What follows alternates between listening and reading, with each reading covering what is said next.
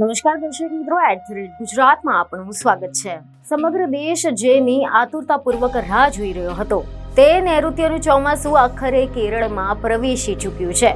કેન્દ્રીય હવામાન વિભાગે સત્તાવાર રીતે ચોમાસાના આગમનની જાહેરાત કરી નાખી છે। કેરળમાં ગઈકાલે એટલે કે 24 મેના રોજ ચોમાસાનું વિધિવત રીતે આગમન થઈ ગયું છે। નૈઋત્યના ચોમાસાનું આ વર્ષે 8 દિવસ પહેલા આગમન થયું છે। ચોમાસું વહેલું આવતા ખેડૂતોના ચહેરા પણ ખીલી ઉઠ્યા છે। જોકે કેરળમાં તો ચોમાસાની વહેલી શરૂઆત થઈ ગઈ છે, પરંતુ હવે ગુજરાતમાં ચોમાસું ક્યારે પહોંચશે તેને લઈને પણ અનેક સવાલ ઉઠ્યા છે। તો ચાલો જાણીએ કે આ અંગે હવામાન વિભાગ દ્વારા શું આગાહી કરવામાં આવી છે। તો રિપોર્ટ એવા મળી રહ્યા છે કે હવામાન વિભાગે ગઈકાલે એટલે કે 24 મેના રોજ એવી માહિતી આપી હતી કે ભારતમાં ચોમાસાનો પ્રારંભ થઈ ગયો છે।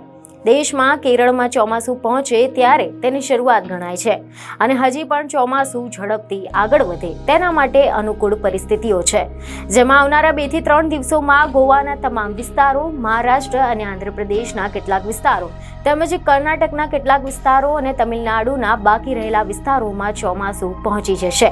તે ઉપરાંત બંગાળની ખાડીની ચોમાસાની બ્રાન્ચ પૂર્વોત્તરના બીજા રાજ્યો, પશ્ચિમ બંગાળ અને સિક્કિમના કેટલાક વિસ્તારો સુધી આગામી 2 થી 3 દિવસમાં પહોંચી જાય તેવી શક્યતા છે, જ્યારે મહારાષ્ટ્ર અને ખાસ કરીને મુંબઈમાં ચોમાસાની શરૂઆત થાય તેના એકાદ અઠવાડિયા બાદ સ્થિતિ સામાન્ય રહે તો ચોમાસું ગુજરાતમાં પહોંચી જતું હોય છે।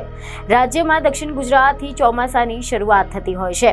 ગુજરાતમાં ચોમાસું પહોંચવાની સત્તાવાર તારીખ આમ તો 15 જૂન છે અને તેની આસપાસ ચોમાસાની શરૂઆત થઈ જતી હોય છે, પરંતુ આ વર્ષે જ્યારે કેરળમાં ચોમાસું વહેલું શરૂ થઈ ગયું છે ત્યારે ગુજરાતમાં પણ ચોમાસું વહેલું પહોંચે તેવી શક્યતા છે। કેટલાક અહેવાલ એવા મળી રહ્યા છે કે હવામાન વિભાગે આગાહી કરી છે તે પ્રમાણે 26 મે સુધીમાં સૌરાષ્ટ્રના ભાવનગર, અમરેલી, ગીર સોમનાથ, જૂનાગઢ, રાજકોટ જિલ્લાના કેટલાક વિસ્તારોમાં ભારે વરસાદ થઈ શકે છે, જ્યારે દક્ષિણ ગુજરાતના વલસાડ, નવસારી, ડાંગ, તાપી, સુરત અને નર્મદા જિલ્લાના કેટલાક વિસ્તારોમાં ભારે વરસાદની આગાહી છે।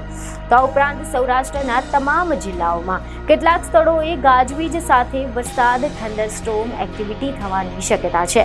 તો ઉપરાંત કેટલાક વિસ્તારોમાં વરસાદ આવતા પહેલા ઝડપી પવન ફૂંકાવાની પણ શક્યતા છે।